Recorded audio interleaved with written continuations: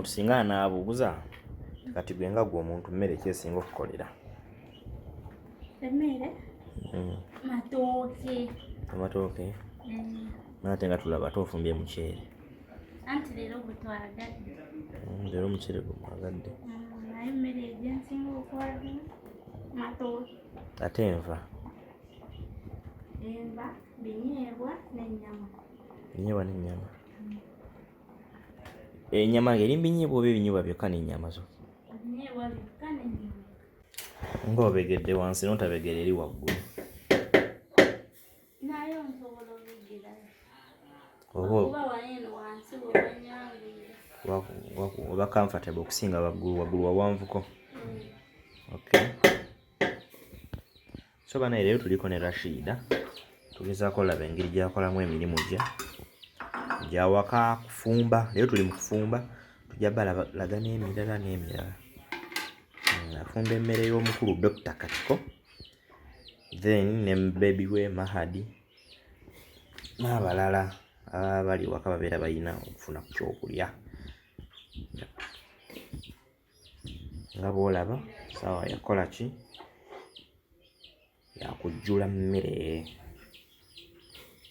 Tugenda batwongera okubalaga life oba obulamu bwabwe nga bwe butambula step by step. Masha Allah. Jasikola kimu gobeera emitimbagano gyaffe. TikTok Rashida Yugi. TikTok Dr Katiko ne yange Sonko Muhammad Soloba ngoberera ku ya Sonko. Then tubenga tutambula ffenna mu jjana eno.